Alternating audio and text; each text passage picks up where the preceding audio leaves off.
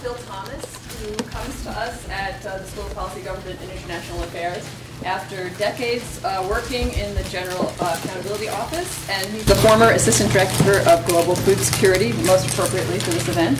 And he's going to kick off with some opening remarks before we go into our panel format. So Phil, thank you, Bonnie. Thanks for getting us started.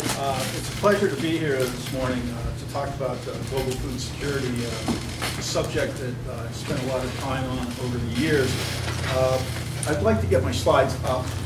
So coming to Mason was really a great opportunity because it provided me the opportunity to continue doing research on key global food security issues. And you know, the last 20 or so years at GAO, really I had the opportunity to deal with global hunger issues, food aid issues.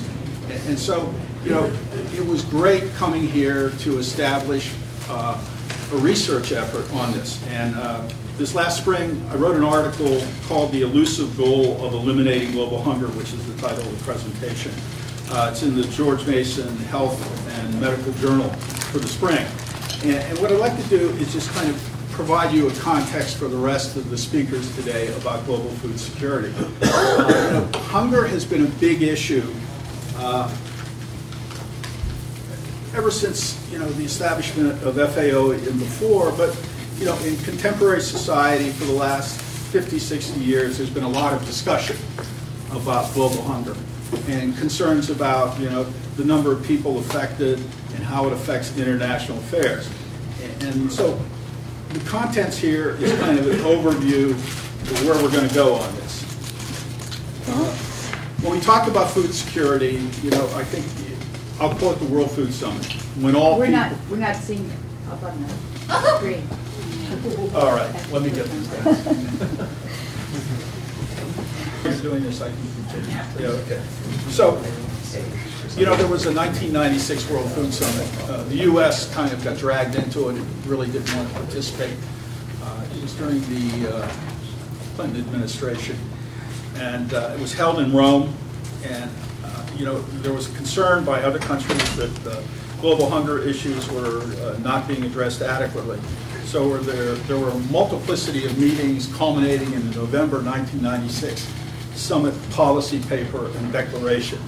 It was supposed to be binding, although voluntary, essentially committing all countries to developing a plan of action, reducing global hunger to cutting it in half by the year 2015.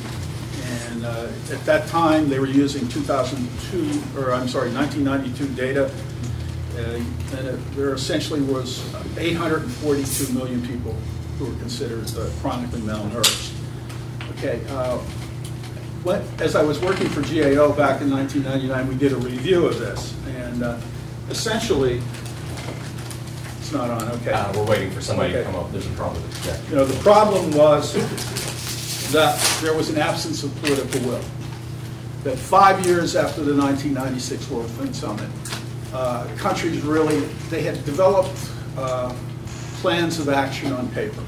FAO had developed its paper, WFP and others, IFAD, but essentially things had not changed. There had just been this growth in rhetoric as a result of the summit.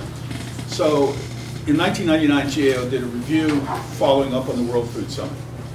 And essentially what we found was there was a lack of political will on the part of nation states, the international community, and the multilateral institutions to implement the World Food Summit Plan of Action and the policy plan. And essentially, you know, that was to increase agriculture production. But the problem with that in the World Food Summit was it didn't provide funding. There was not a commitment for funding. There was kind of an exhortation to increase funding, but it never took place. And so, we're okay now? Oh, wonderful. Thank you very much. Please get through this.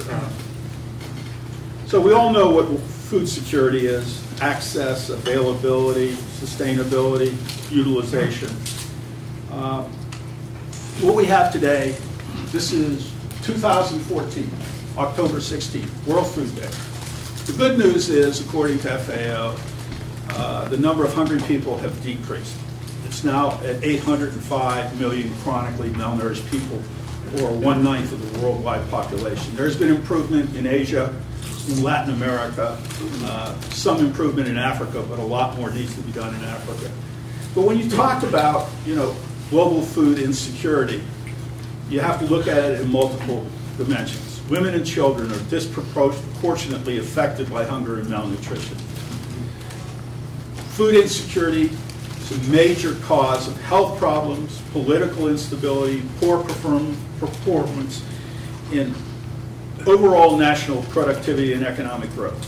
According to FAO, we have 7 billion people in the world today. By 2050, we'll have 9 billion people. To feed 9 billion people, we're going to have to increase food production by 50%, by 60%, I'm sorry. That's a tall challenge. As I said before, I'm going to go back on this. What GAO found was that there was a lack of political will in 1999. We also noted that there was a failure of national governments to take action on food security issues. Huge gap between rhetoric and reality. There was an inadequate funding of agricultural development, and I think Julie can talk about this and others today.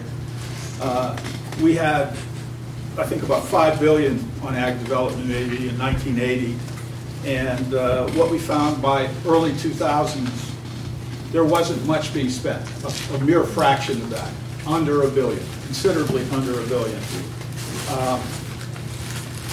What we also found was there was weak capacity of donors and host governments.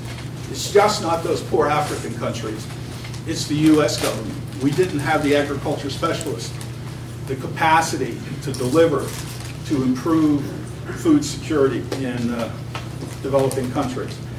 And then there was the big issue that has always been there, and that is when people talk about food security, and I think back to Congressman Reinert, said we really don't need a Feed the Future program because we have food aid. That food aid is our food security program. Well, there has been much too much dependence on food aid. It's like putting a Band-Aid on cancer. Food aid is important. It saves lives every year. Emergency food aid, which represents 80% of U.S. food aid, 70 to 80%, is really critical. Developmental food aid is also helpful. But food aid is not food security. And it has to be put in that context. So what happened was in 2008, there was a food price spike and a crisis. And people were wringing their hands and saying, what's happening? There were riots in Africa. There were all types of supply disruptions. And during this period, it was interesting. The World Bank produced an agricultural development report that said, the international community had failed miserably. Over the last 20 years, it had dropped the ball on agricultural development, overemphasized capital-intensive projects. So agriculture really was hurt. And since so many people depend on agriculture in developing countries, that was a serious problem. The GAO in 2008 issued a food security report, and I was the AD on that report, where we went into all the problems with food aid and why it wasn't a substitute, why it was no substitute for food security, and the fact that funding had been cut for food security, capacity problems existed all over the place. That report, along with the Chicago Council report in 2009, reiterated many of these weaknesses and the vulnerabilities in terms of food security. And essentially there was a consensus conclusion, if you look at all three reports, that bilateral and multilateral donors as well as host government food security efforts were fragmented and overlapping, and that there was a need for an integrated, comprehensive global food strategy. So the Bush administration in 2008, Henrietta Fore, who was the aid administrator at the time, chaired a group, interagency, to come up with a mission statement, a problem statement on global food security issues. And as Bush left, they completed their paper, I think the day before Obama took office. And then the Obama administration took up the issue in really great intensity. If you recall, President Obama in his inaugural speech made reference to hunger and poverty in countries and the need to improve food security. He was also behind the 2009 G8 pledge of 22 million at L'Aquila, Italy, and the U.S. of that 22 million committed 3.5 billion. So there was an unprecedented commitment of new money by donors to the issue of food security, and the U.S.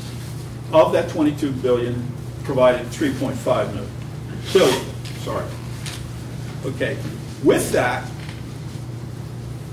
okay, in May 2010, the administration created the Feed the Future initiative, and its principal objectives were drawn from the 2009 summit, and they are employing a whole-of-government approach, investing in country-owned plans, supporting comprehensive country strategies, improving coordination among donors, leveraging effective multilateral institutions, and delivering on sustained and accountable commitments. That was all important. And the Feed the Future initiative, which began in 2010, has kind of blossomed over the last 4 years. The whole-of-government approach has integrated the State Department, Agriculture Department, Treasury, Millennium Peace Corps, OPIC, and other U.S. agencies. It's chaired by USAID and the aid administrator, Rod Shaw.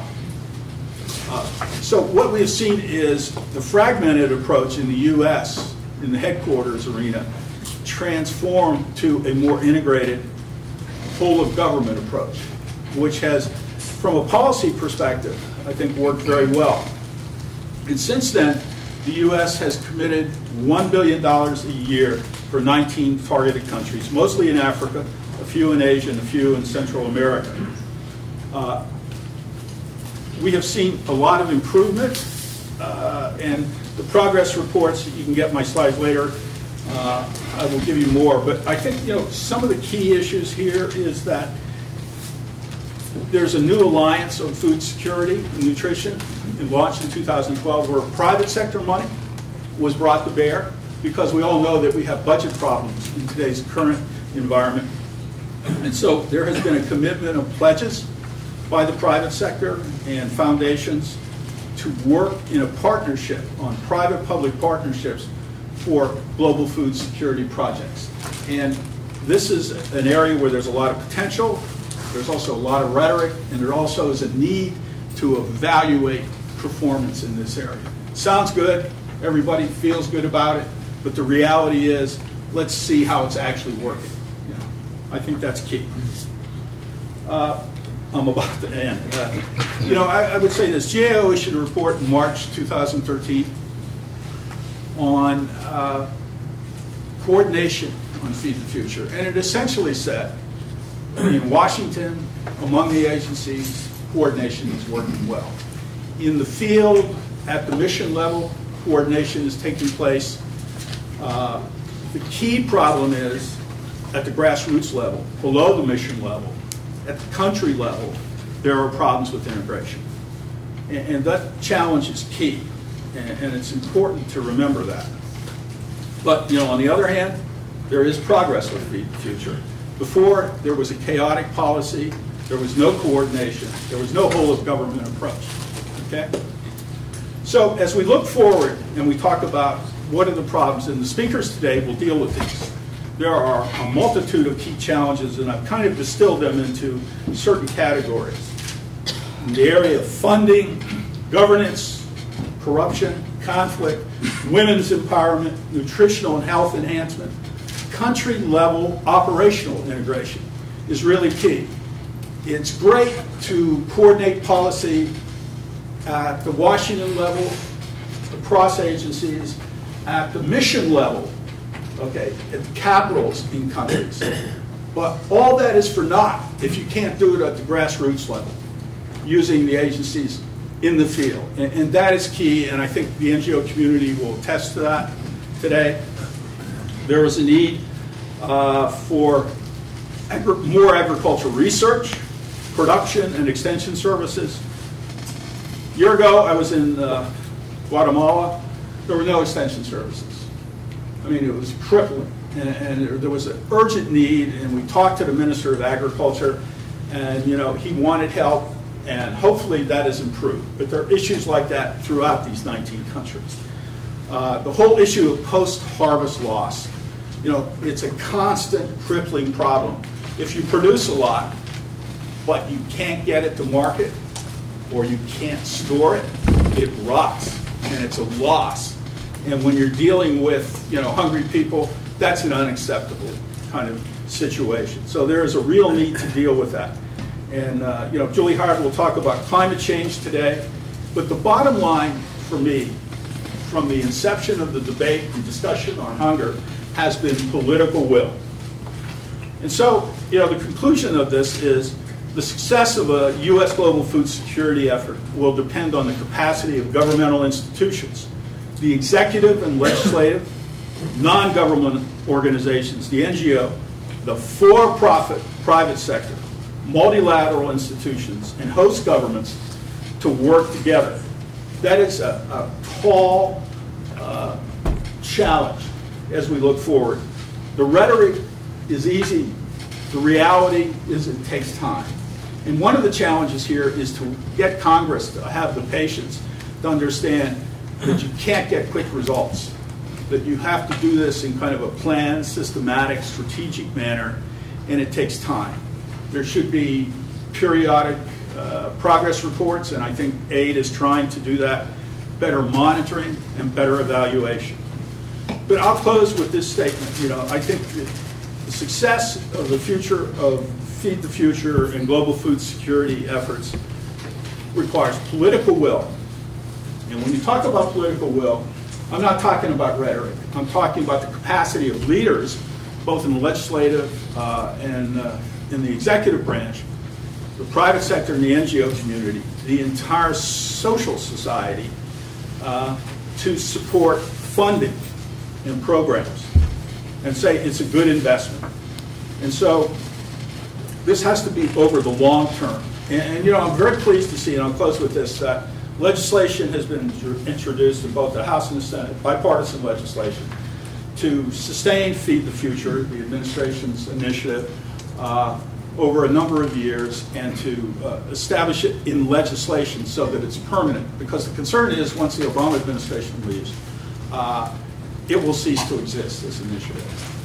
And obviously, you know, if you understand the nature of food security and its many dimensions and how it affects development and national security, you don't want to see that happen. So this legislation was introduced September 19th. It's bipartisan. It's in the House and the Senate.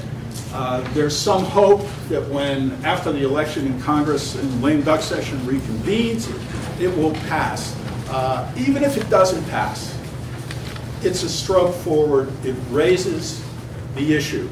It calls for an annual authorization and appropriation of $1 billion, which is the current level. Okay, that's a good investment, and hopefully this legislation will be sustained and passed. If not in this Congress, in the next Congress. So I thank you very much for listening, and let's listen to the rest of the speaker.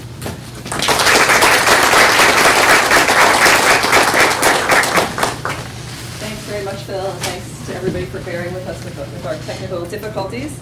Our first panel is about access, and our first speaker is Asma Lateef. And each speaker will be speaking for about 10 minutes, and we hope to have a few minutes for questions at the end of the panel.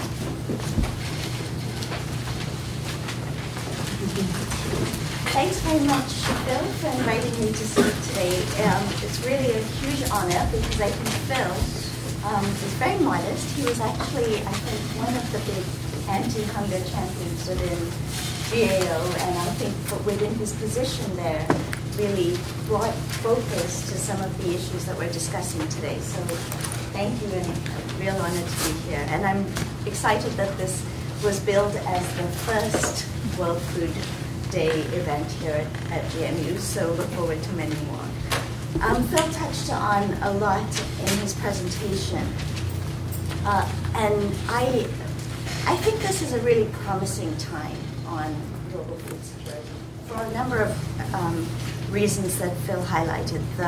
The growing political commitment and political attention to these issues here, the increase in funding over the last few years.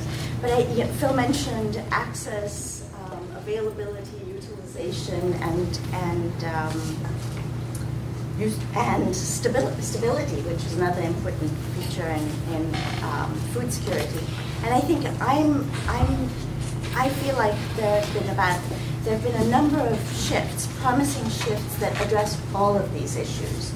And I agree that we're in sort of a tenuous period of really consolidating on the progress we've made since the food price crisis and how quickly it elevated food security as a political priority. But I think we should focus on these 5 things. So the first promising shift is the increase in funding. And it began actually prior to, in the US, I think it began prior to the food price crisis. The Millennium Challenge Corporation, when it got started, it was interesting to see that the proposals that were coming through from countries, it was the first sort of country-owned, country-driven US development program. The proposals that were coming through were largely around agriculture and food security. And I think it illustrated the real gap in resources and in need that needed to be filled. And Phil talked a lot about the reports that led up to the mobilization and response to the food price crisis, but I think civil society also played a really important role in its advocacy right during the food price crisis and beyond in a sustained way to really make sure that the resources were delivered and make sure that the approaches that were taken were multi-sectoral and comprehensive. I think there was a lot of work done by the Roadmap to End Hunger and other civil society coalitions. So the second, I think the second piece, the promising shift I see, is the focus on nutrition. Until the food price crisis, nutrition really fell between the cracks, between agriculture and health. The ag folks thought nutrition was about micronutrient deficiencies. You take a pill, a vitamin, and you're good. And the health folks thought it was about food. And of course, nutrition is about all of it. And right around the time of the food price crisis, the Lancet series launched, the British Medical Journal, the Lancet, launched a series of articles on maternal and child undernutrition and made a very compelling case about the impact of undernutrition in that 1,000-day window between pregnancy and age 2. The series of articles provided evidence on the economic impact in terms of GDP, in terms of individuals, and their lack of ability to grow physically, to grow cognitively, and their earning potential. And so when they also pointed to the set of countries, 36 countries, that had a very high burden of undernutrition in that 1,000-day window. And when you did the math, it became really clear that if you didn't address undernutrition in those 36 countries, they were not going to develop. It was just very evident. The exciting thing about the Lancet series was it pointed to a series of interventions, and it pointed to the ability to scale up quite rapidly to begin to address these issues. So during that food price crisis, as the global governments were trying to address the food price crisis, it became an opportunity really to put nutrition at the forefront of a lot of the efforts around food security. And we still have today 1 in 4 children that are affected by stunting. And stunting, which is short height for age, is just the outward manifestation of what's going on inside their bodies. And so there is a lot of work to be done, but the Lancet series and the mobilization that occurred around that new information and that new consensus about the interventions led to what's now called the Scaling Up Nutrition movement. And this is a movement that goes very much to the heart of Phil's conclusion that it'll take a very multi-stakeholder effort.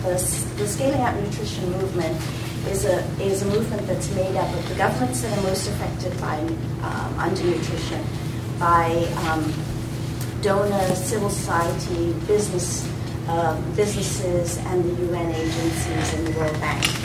And this effort has been ongoing since 2010. There are 53 countries that have signed up. So, and most of those, most of the 36 high-burden countries are represented in that 53. And it's a really strong sign, I think, of the political will of those countries. What's been striking since the Scaling Up Nutrition movement got launched, and I think U.S. leadership has been really instrumental in supporting and getting the word out to countries about the impact of undernutrition. There hasn't been a tremendous increase in resources for nutrition.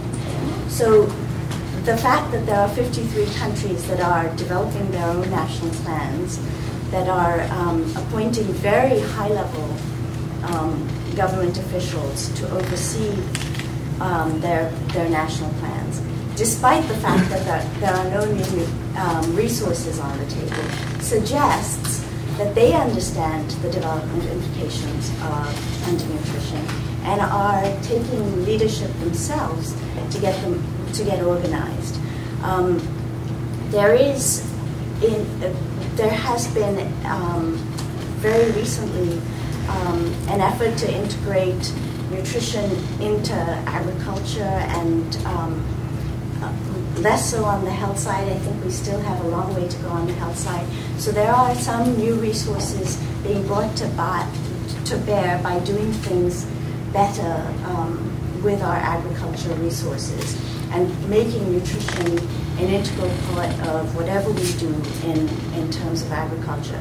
And USAID's recent nutrition strategy really speaks to that, an effort to look cross-sectorally at what needs to happen for nutrition and get the programs within USAID organized for this. So that's just a really promising, I think, shift that gives me hope that we are on the right track on food security.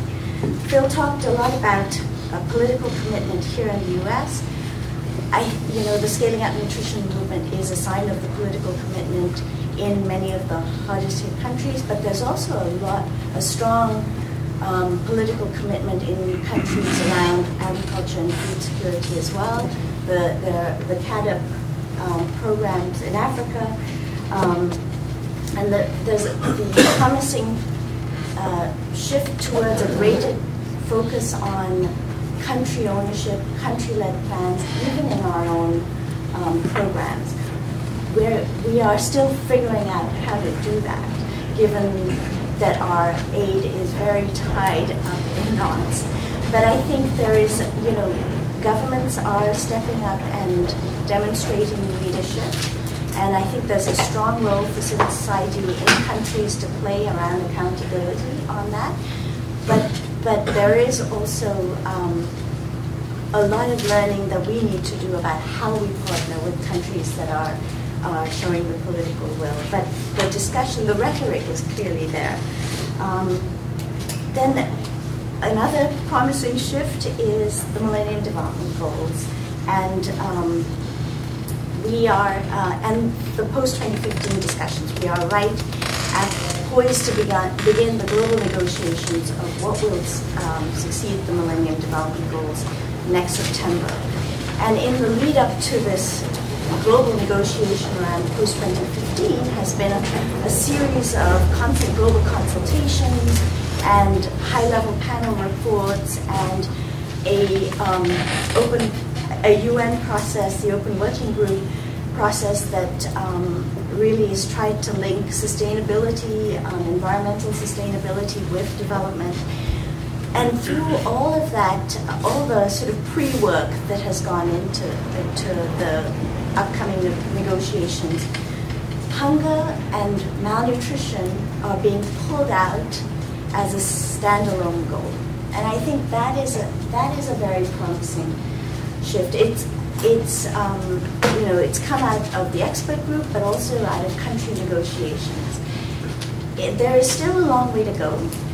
The negotiations, the Open Working Group proposed 17 goals. The Millennium Development Goals have 8.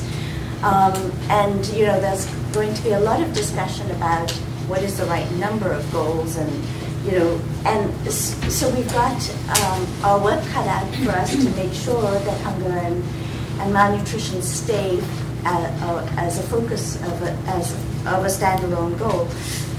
But in the discussions I've heard recently, so far there is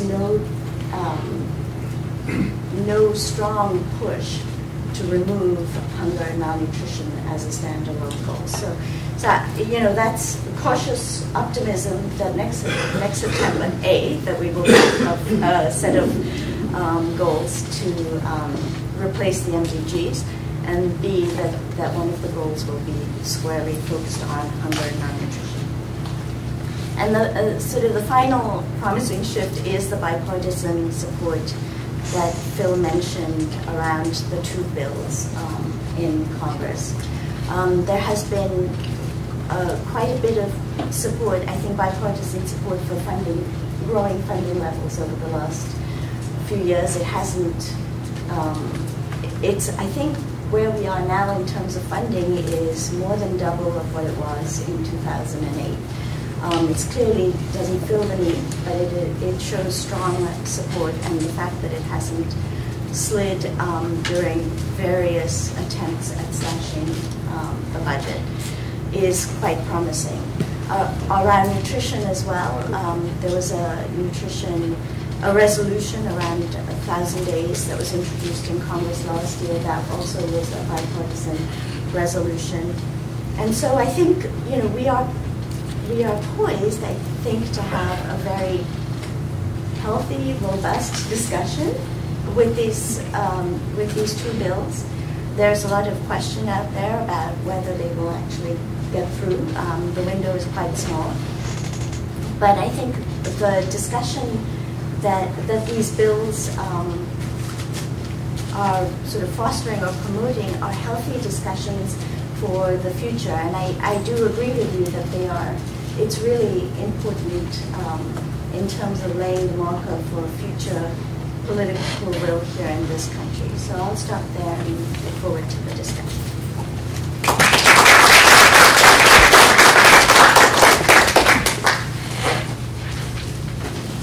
So Chris is going to try to bring up our participant from the University of Strathclyde in Scotland. I'm in Glasgow, Scotland, where it's approximately almost 6 o'clock now. So I'm glad some of you enjoyed your lunch, which I was able to see you munching there.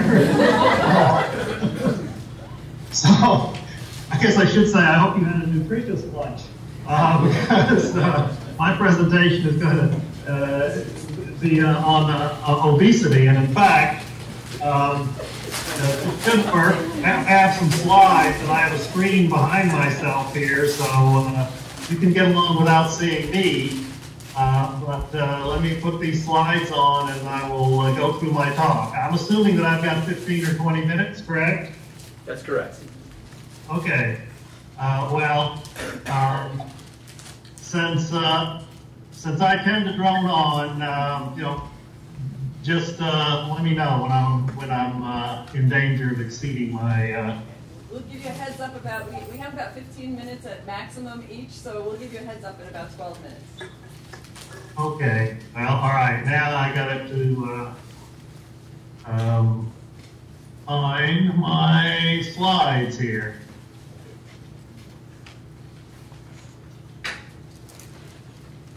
Okay. We're close. All right. So, presumably you can see that? Yes? Okay. All right, so again, presentation about multi-level governance and regulation of food for obesity prevention. There is a cartoon that appeared this week in the Sacramento Bee about the relative threats to people, graphically, since we're had all the concern about Ebola compared to obviously obesity and tobacco and I don't know if you can read it over here on the right-hand side. It says death due to alcohol. So, obviously, the problems resulting from obesity are serious.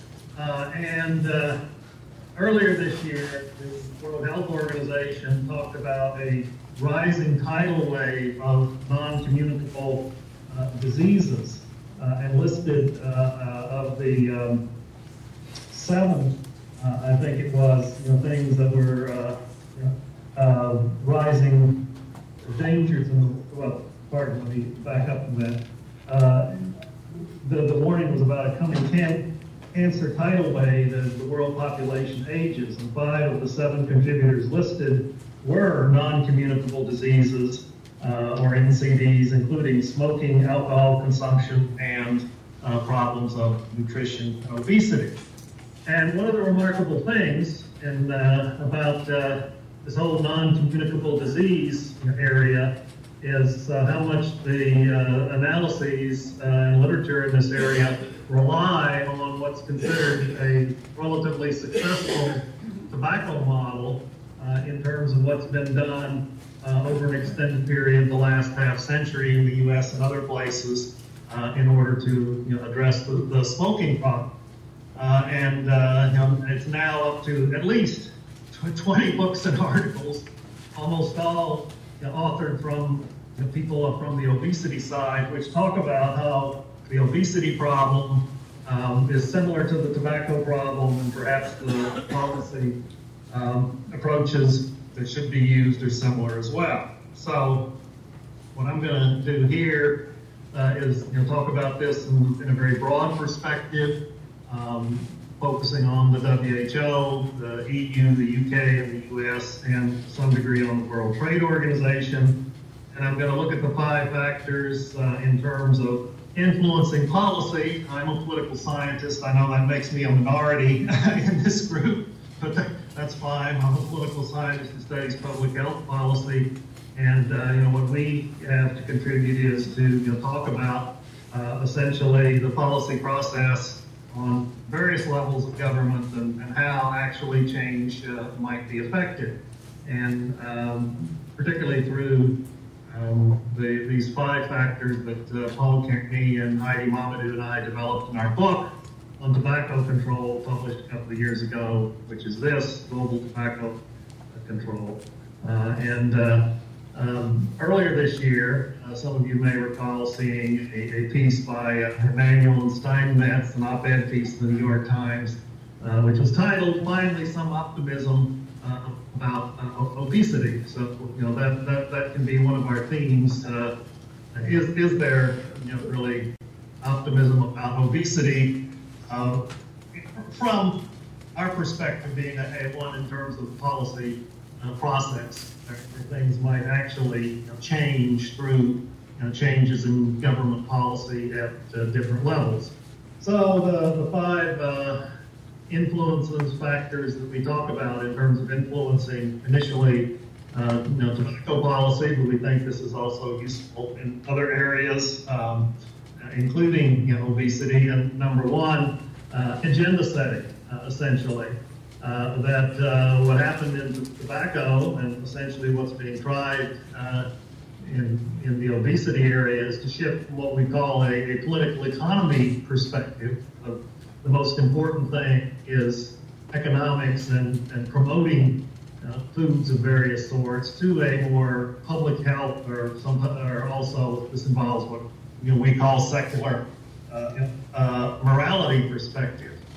So that transition was able to be made in tobacco, and I dare say perhaps it's in process, but it still needs to be done in terms of obesity. Second factor is what we call the socioeconomic setting. That is, all these social factors, prevalence of obesity, prevalence of morbidity and mortality from obesity, availability of foods that contribute to it, and also the state of public opinion. How willing is the public to see measures taken, and what are the limits that the public sees as measures to be taken to address a problem. The third factor is networks, and here we talk about the relative consultative roles for industry, the producers essentially, as opposed to the other side, health and consumer non-governmental organizations. And this phrase, denormalization, that's essentially what's happened to smoking, and for that matter, the tobacco industry over the past 50 years. It was normal behavior in the 1950s. I mean, unlike a few of you who were alive then, remember that. And it has been essentially, denormalized. It's been made a very minority persuasion. The tobacco companies don't have much standing. Obviously, to change policy in obesity, in regard to obesity, perhaps something similar would need to be done. Another factor has to do with institutions, and we talk about institutions in terms of multi-levels of governments. There's the EU with some action. Of course, there's the World Health Organization, which has issued reports on obesity for many years. There's the World Trade Organization, which in terms of, it rules about, what are legal restrictions of trade across country borders could be enforced.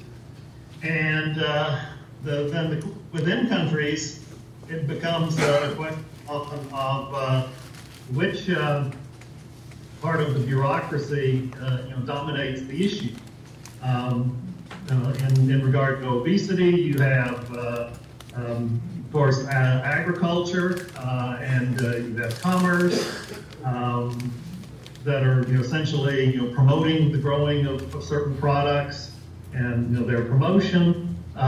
Then you have health and consumer affairs, which may be raising red flags about the effects of these things. So there's an intra-government struggle as well on the outside. And then the fifth factor we talk about is ideas, and ideas in terms of scientific information, ideas in terms of perspective called new public health, which is much more health promotion, essentially, since the 1970s, and also how much ideas diffuse across jurisdictions and borders. This is something which is in the book, and we've developed. I mean, essentially, it's a periodization of tobacco control. Because the thing to remember about tobacco control, this whole idea of the tobacco model, is that things developed very slowly. And after all, there were findings about the dangers of cigarettes in the 1950s. The U.S. Surgeon General's report was 64. Actually, most governments, including in the U.S., did relatively little until the 1980s. That's this long era here called regulatory hesitancy. And finally, since the 1980s and in the 1990s in the Western world, that's when you get a flood, one might say, of government action, and culminating in the fact we have a framework convention on tobacco control, which is essentially wants to extend some of these tobacco control measures into developing countries that don't have them. So in some ways it's quite remarkable, but it didn't happen instantaneously, okay? And it was a struggle. What sort of instruments does one have in terms of dealing with non-communicable disease? Well, Marion Nestle, who's, as I expect many of you know, a major contributor in this area, she talks about different degrees of coercion of the instruments that we have. And if you look at these, I mean, well, then there's also the calibrations of instruments, that is sort of the fine-tuning of them. But of these 7 instruments in terms of degrees of coercion, certainly tobacco policy started out on the 1, 2, 3, gradually got strong measures. And moved on. I mean, obviously not to prohibition, but most people say that in the U.S. and other places we have what is in effect a neo-prohibitionist regime, trying to drive down the rate of smoking to as 0 or close to 0 as possible through stronger measures. And in regard to obesity, we tended to be up in these first few things. And certainly not getting very far even towards sales restrictions. It tended to be education and self-regulation, lots of voluntary efforts by the producers of some of the products that have been identified as obesity generating. In general, there are different policy approaches which are relevant here, and the first one of these, which I already alluded to, neo-prohibitionism versus harm reduction. Neo-prohibitionism saying essentially we want to get, again, as close to 0 to eliminate the harm from this product. Harm reduction is just what it says. It's saying essentially we don't think we can get rid of the harm, and we're going to do certain things. I mean, we're going to, the product will still be legal, but there'll be various things to try to reduce the harm of this. And basically the things that have been done in regard to obesity fall very much on the harm reduction side, and of course, well, the producers on the obesity side are multiple in numbers, but some of them are large corporations, whereas in tobacco it's usually only a few corporations. But one of the differences is that the food producers, big food, as are sometimes referred to, are still very much consulted and are legitimate players in this, where things have proceeded over in tobacco, where the tobacco companies are not considered legitimate players, and they shouldn't necessarily be consulted in terms of, because they've essentially lost their credibility with government and with society. The food producers haven't lost their credibility yet. Another division in terms of policy approaches is what we might say the demand side, individual choice versus the supply side. And in terms of obesity, it's still very much on the demand side. Individual choice in terms of such instruments as noted there, information, self-regulation by the companies.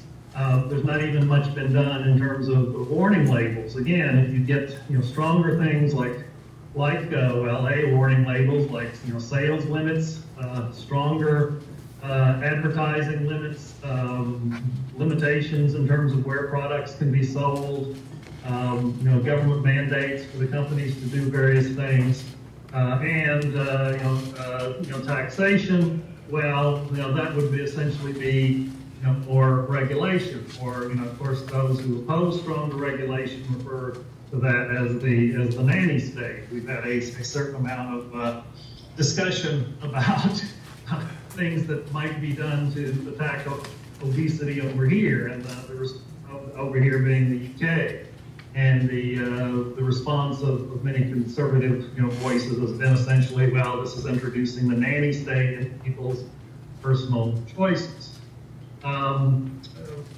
Paul Kearney and I did a paper about how, in general, again, this is within tobacco, that over the decades, essentially, we've seen countries adopt ever stronger elements along these lines. More regulation, less education and self-regulation of companies. Again, one could use that as a model. It's not terribly, this is part of it, it's not terribly different from what Naval says. Okay, well, let me ask, how much time do I have left? Well, I have to ask you to make your concluding remarks now because we're at that magical time. So if you could wrap up, I'd appreciate it. Okay, all right.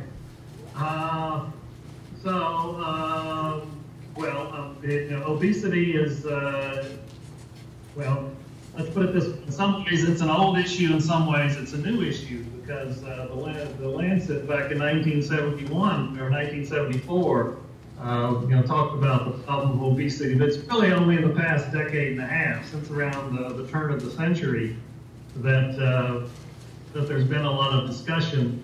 An increasing number of documents. The Surgeon General produced one in 2001. The EU has produced lots of documents, the World Health Organization. So it's really only the past two decades things have, that obesity, you might say, has gotten on the public agenda. The rest of the talk, which I don't have time to go over, is essentially talking about tobacco and essentially I've already made the bigger point here that if you look at these 5 factors and compare what was done in terms of tobacco with what has been done in regard to obesity, is that certainly it's a long way from realizing the goal of some of these people who compare obesity to the tobacco model in terms of getting to a situation where they can say that the problem is being reduced and that we can see some of these factors that we talked about starting to operate in terms of public health rather than promotion of the products that are generating obesity. So again, it's important to remember how long the tobacco change took, I'm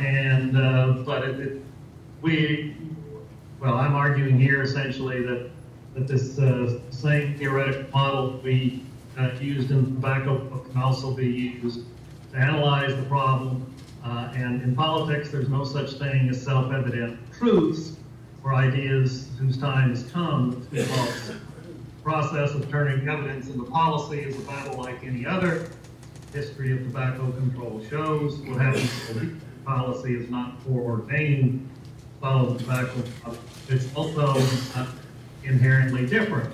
So back to Ezekiel Emanuel is his name. As I'm sure many of you know. And Steinmetz in the New York Times, their perspective is that there's reason to be optimistic. And they argue that we're moving much faster against obesity than we did on the successful effort against tobacco. Thank you very much.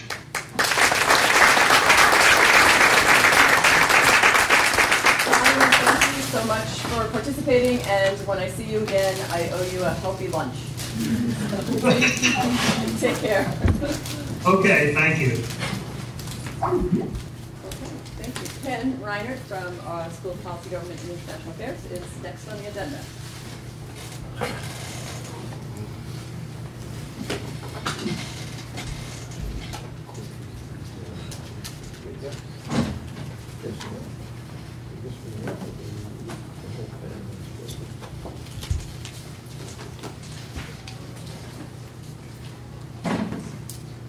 Hi, I'm Ken Reinert, and I'm with the School of Policy, Government, and International Affairs. I'm not a food security person. I'm an international economist who does some work in development economics. And I want to just say a few words here. I hope I won't keep you too long with regard to food security as basic goods provision. The notion of basic goods provision is one flavor of development ethics. And that's what I'm trying to talk about a little bit in this paper, and there is an actual paper that I'm happy to distribute to you if you have an interest. If we're talking about very broad levels, there are perhaps three approaches, basic approaches to development ethics. One is the growth approach that my fellow economists use, focus on gross domestic product, gross national income, and the growth in these. And the one thing about this very prevalent approach to development is that it is radically agnostic as to what is actually being provided to individuals concerned. Whether it's nutritious food or weaponry, it really doesn't matter. It's all part of GDP, and I think this is a key limitation to this sort of standard approach in economics. Food per se, no less nutritious food, doesn't really show up anywhere. It's just one of many things that could possibly be consumed by households and by governments.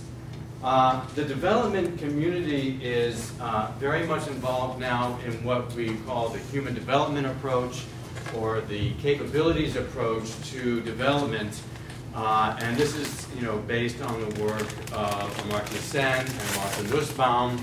I always feel funny sort of criticizing them because one won a Nobel Prize, another is a leading political philosopher, so presumably they got things right, but I do have some concerns with this approach and what it means for a number of things, including food security. There's a focus on capabilities expansion, and presumably to be well-nourished is a capability, but there's this funny contradiction within this capabilities approach in that despite the fact that Amartya Sen is very well known for his work on famines, and famines involve a very specific good, food, there is a very strong reluctance in the capabilities approach to emphasize goods and services at all. In fact, if you read this literature on development ethics, you'll see that there's this notion of commodity fetishism that they say we need to avoid. Let's not talk about particular commodities because we will fall into commodity fetishism, which I think is profoundly unhelpful. On the other hand, they do acknowledge a role for what they call material preconditions for capabilities expansion. So there's a contradiction in this school of development ethics that I don't think helps very much when we're dealing with food security. I should put this in sort of a lower font because this is less important, but to me it's really important because it's something that I work on. And this is the basic goods approach to development ethics. And this approach is focusing on, first of all, basic needs, basic human needs. And it's extraordinary how difficult it is to get economists to acknowledge that such needs exist. And then the provision of basic goods and services that would meet those needs. And so my sort of lens for food security is through this basic goods approach, where we're trying to provide basic goods to address basic human needs. It seems commonsensical, but economists don't see it that way because everything's just about preferences rather than needs. And to be focused on a particular good or service is to be paternalistic. Basic goods, as I define them, include, list here, nutritious food. Okay. So we're talking about today clean water, sanitation, health services, at least primary health services, primary educational services, housing, electricity, and security services. These basic goods and services are directly related to this notion of human needs, basic human needs, in that these basic goods and services address needs that are developmentally related to the human condition, including supporting human life. And so when we look around the world and we see malnutrition, that is, in my view, a deprivation in basic goods provision. In the capabilities view, it's just the failure to achieve a capability. Basic goods are multifunctional, whereas one supports another.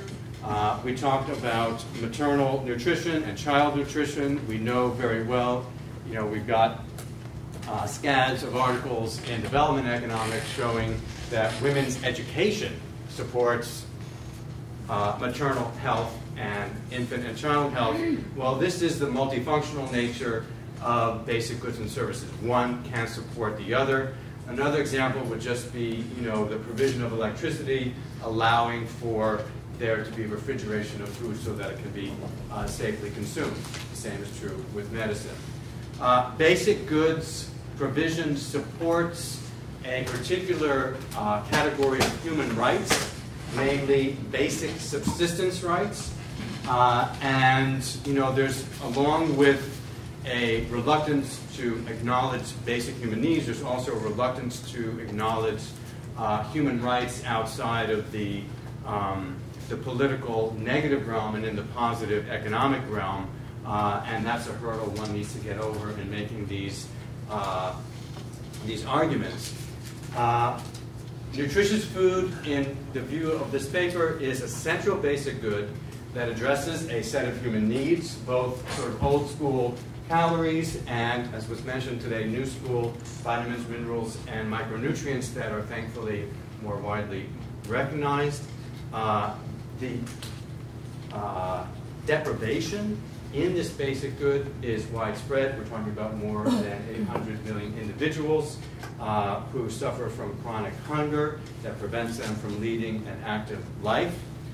Beyond that 800 million, and this is really primarily a caloric view, we have deprivation in vitamins, minerals, and micronutrients that are much more widespread and can lead to a number of severe health problems.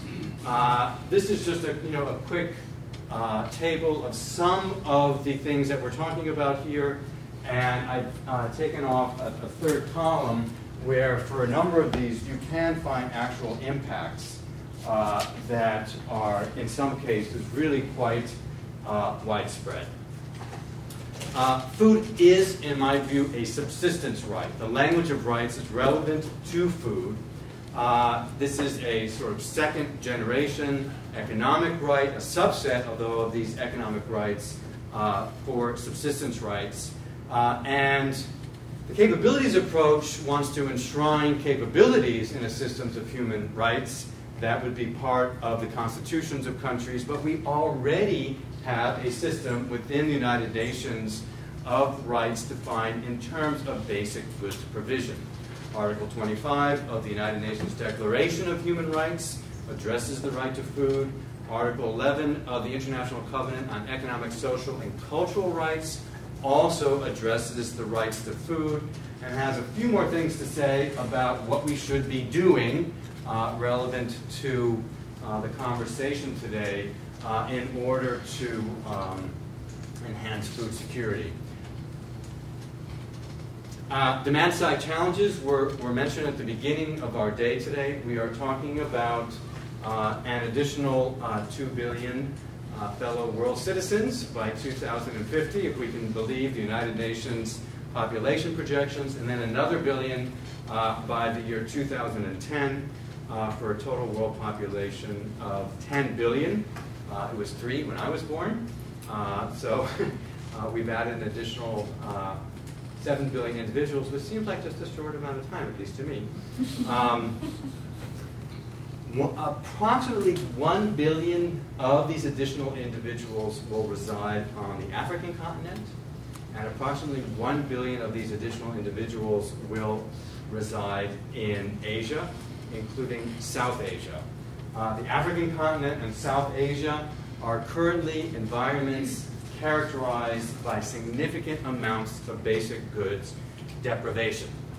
I tend to avoid popular books, but I read one this summer that said essentially all these things can be resolved through technology, including for food security.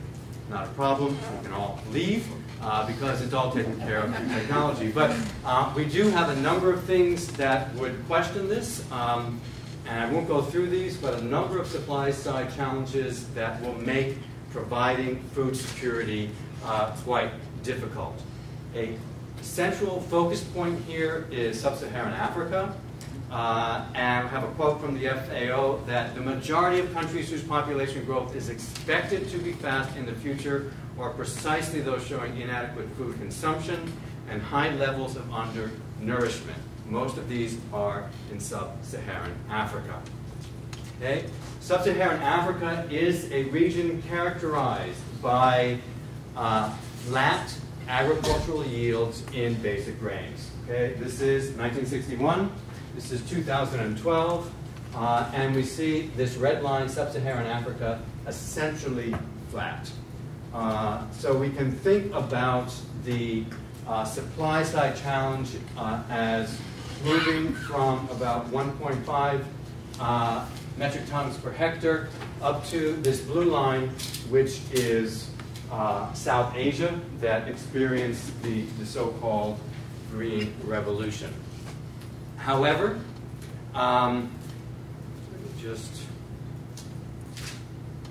this focus on sub-Saharan Africa needs to be different than the Green Revolution. It cannot be based on a single crop, as was the case in South Asia. We need a diversification of crops. We also, I probably have a bias here because I'm an economist, but international economists, when they think about increasing yields, they think in terms of biotechnology approaches to increasing yields.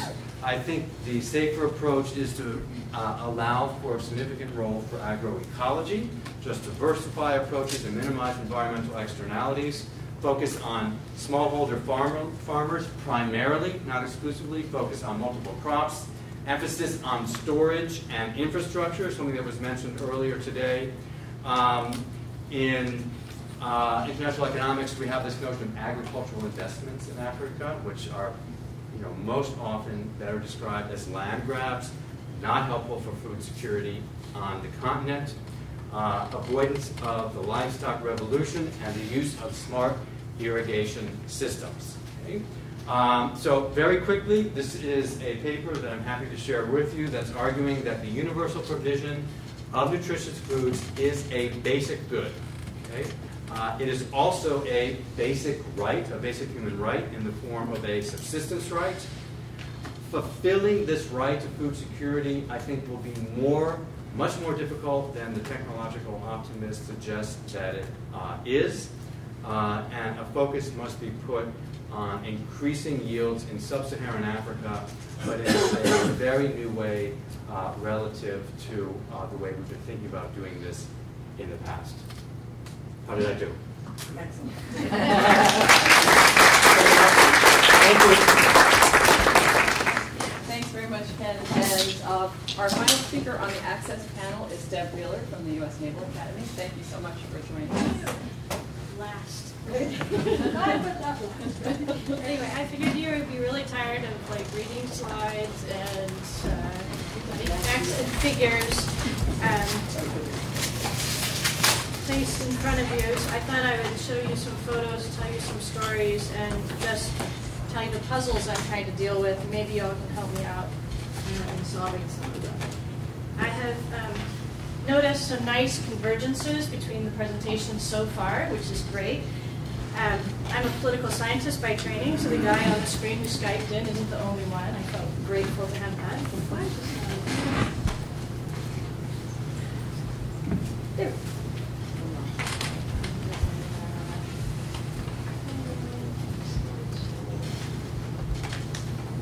There we go. Gotcha. You can see it. Wonderful. We're in business. Anyway, I was happy to have somebody talking about obesity because the first two panels were talking about hunger. And I always feel like an imposter when I'm in a context where I'm talking about the Middle East, especially the countries that I study, where obesity and overnutrition is the problem. problem, and we're talking about food security, and really we're most focused, I believe, and rightly so, on people that don't have enough to eat. So I'm trying to sort of find a place for the research that I'm doing, and I'm hoping to convince you that we can't just look at one part of the spectrum. We really need to have the big picture. And here's why. We have a revolution in the process, or an insurgency, or a terrorist network expanding in the regions that I study. IS, ISIL, ISIS, whatever you want to call it. What was the first thing this movement did when it moved into Iraq? It did three things. Water, energy, and the grain chain. It took over all three. And it's using these to manipulate the public in these locations to side with them, only because by doing so they'll get access to their basic human needs. I said a month and a half before the United States decided to do an air raid, while I'm sitting in Kuwait City with IS coming at me, and there's no border security whatsoever in Kuwait. Zero. 2 Indian guards sitting in dusty booths with zero radar, nothing. And I'm thinking, somebody's got to do something. And I thought what we have to do is, in the region that these guys are operating, we need to starve them, we need to make them thirsty, and we need to deny them energy. And our government decided to drop bombs. And we're seeing how effective that is. So what I would like to argue today is the reason we have to focus on countries like the Arabian Gulf is because they are so fragile. As soon as they collapse, we're going to see a massive Islamization. And with that Islamization, we are going to see every country in the world getting involved with some kind of intervention and some kind of human security creation. Okay? So it's not just about calorie intake. Although I could solve the world's problems if you took the 3,700 calories a day that the people in the region I study eat, and then you sent that to the places where you didn't have 2,200, which is the basic human need, we would solve the global food crisis. It's a logistics problem, right? Anyway, so food security and gluttony, lessons in sustainability from the Arabian Gulf. I think that all of the beautiful descriptions of the global food crisis can be epitomized by this image, which I happened to get out of a newspaper in Saudi Arabia. I was hanging out there last year in Riyadh, and I said, that's it. The reasons the countries that I study are in trouble is that they depend more than 90% on the global food market to eat and drink. They import 90, sometimes 98%, Kuwait imports 98% of what it eats and drinks. And you could say, as an ag economist, well, duh, they don't have enough water. They don't have enough land. The land that they have is filled with salt. And it makes sense environmentally for them to import. But as we've seen through the presentation so far, relying on that global market is becoming increasingly problematic for all of the reasons that we've explored so far. My puzzle is this. If the Gulf economies, the Gulf societies, are food insecure, if they're ecologically fragile, if they are dependent on global markets which are increasingly volatile, why don't we see it? Okay, has anybody here been to the Arabian Gulf? Okay, good. I saw that you've been to Nepal, too. I loved your handbag. Nepal has no obesity. Zero. I think it's maybe 1%, with the ruling party or something. The countries that I study, in Kuwait, 70% of the adult population, 70% is either obese or overweight. 48% of the adolescents are either obese or overweight. So what we have instead of a food security problem is an overnutrition problem. Now, as we know, as GDP goes up, we start to see consumption transform. And we get a nutrition transition, where we go from undernourishment to overnourishment. So you could say, well, it just makes sense. Look at GDP, that's all you need. Okay, these are rich countries, and they eat like rich countries. Well, the problem is they don't produce anything they eat. They don't control any part of that food cycle.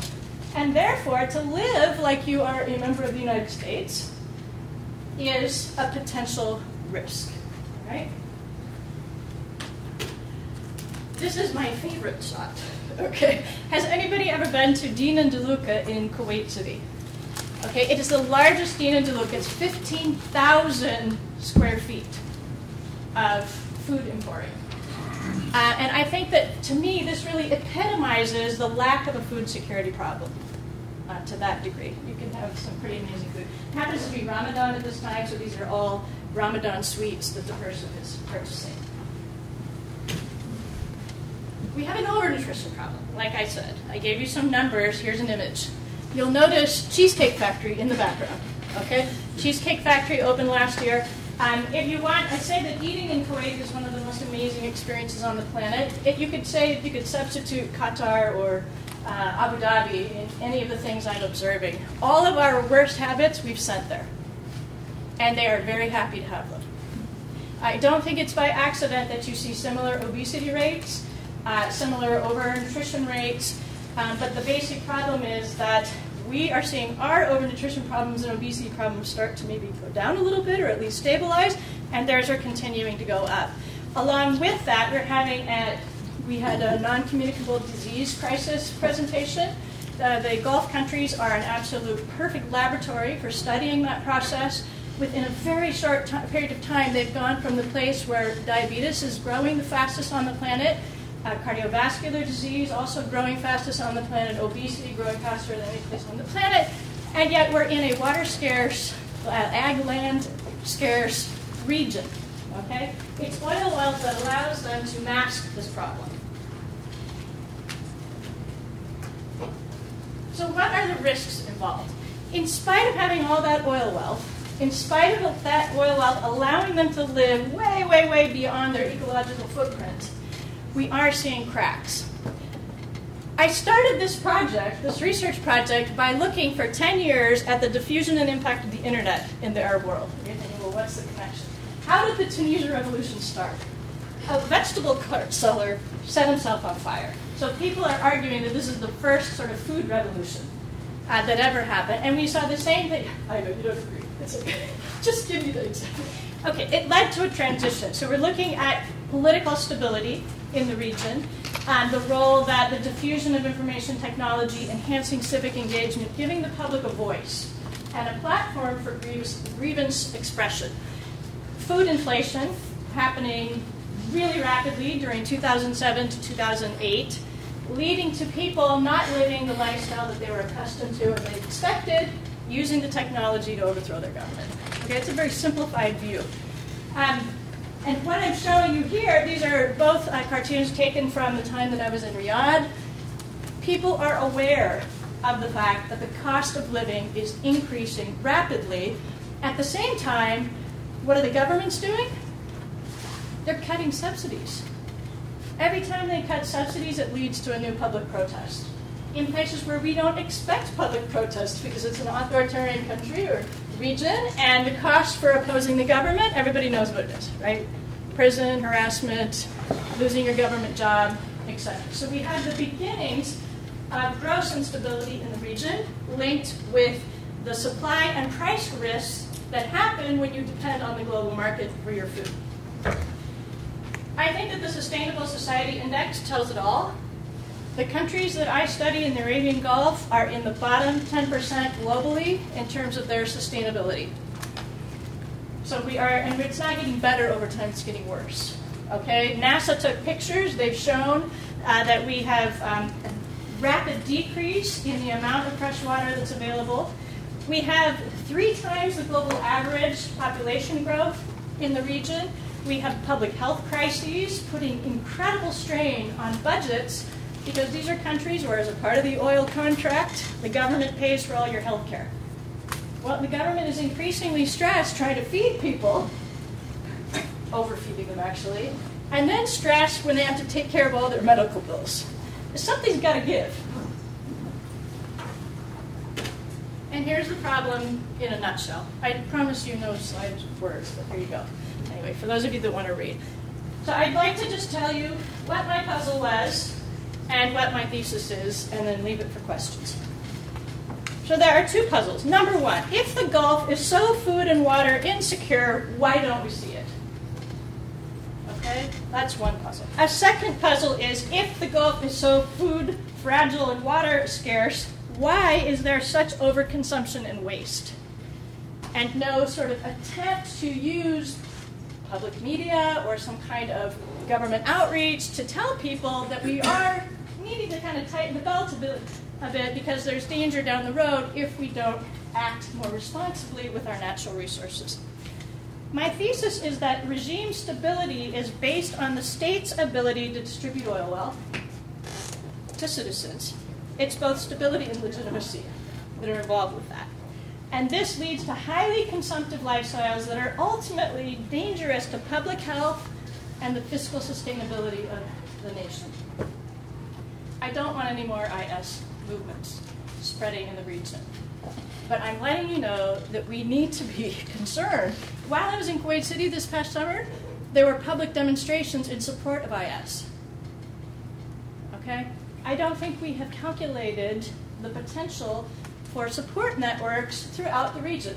Now, do they like Baghdadi? Is that why they're supporting it? No, they're upset with their government. And any movement that looks like it might sweep the existing government out of the way and allow them a chance to reform a government that is more sort of representative or responsible or legitimate, that's why they're supported. All right? I hope I haven't scared you too much. I welcome your questions. This is a 10-minute version of a book-length manuscript, so thank you.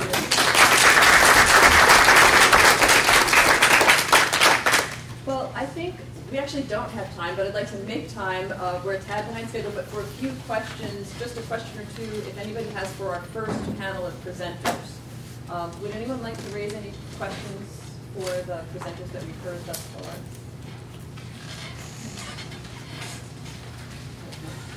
If there's no one else who wants to jump into space, I will. I'm Gawain Kripke, I'm with Oxfam. I was interested in this presentation on the basic goods thing, and just in very summary form, let's see the speaker over here. Can you explain the difference between the basic good and as compared to a basic right?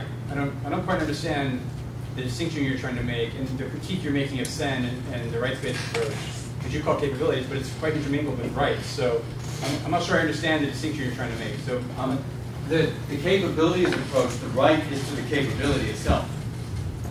And if you look at Nussbaum, it's a right to all of her 10 capabilities, including things such as the right to play. And I'm focused on something that ethicists call a moral minimum, a very basic minimum of provision that would subsequently support rights to capabilities. But I think it's more important to define the rights in terms of the basic goods provision than in the capabilities themselves. Does that make any sense? I want to read more about this. Go ahead. Happy to talk. If we don't have any other questions at this time, I'd just like to let you know we are going to have, most of our talks will be articles in our journal. We're going to post these talks online and also information so that we can continue to have a dialogue with each other after today is over. So if you're despairing that our time is short, everything will be available to you.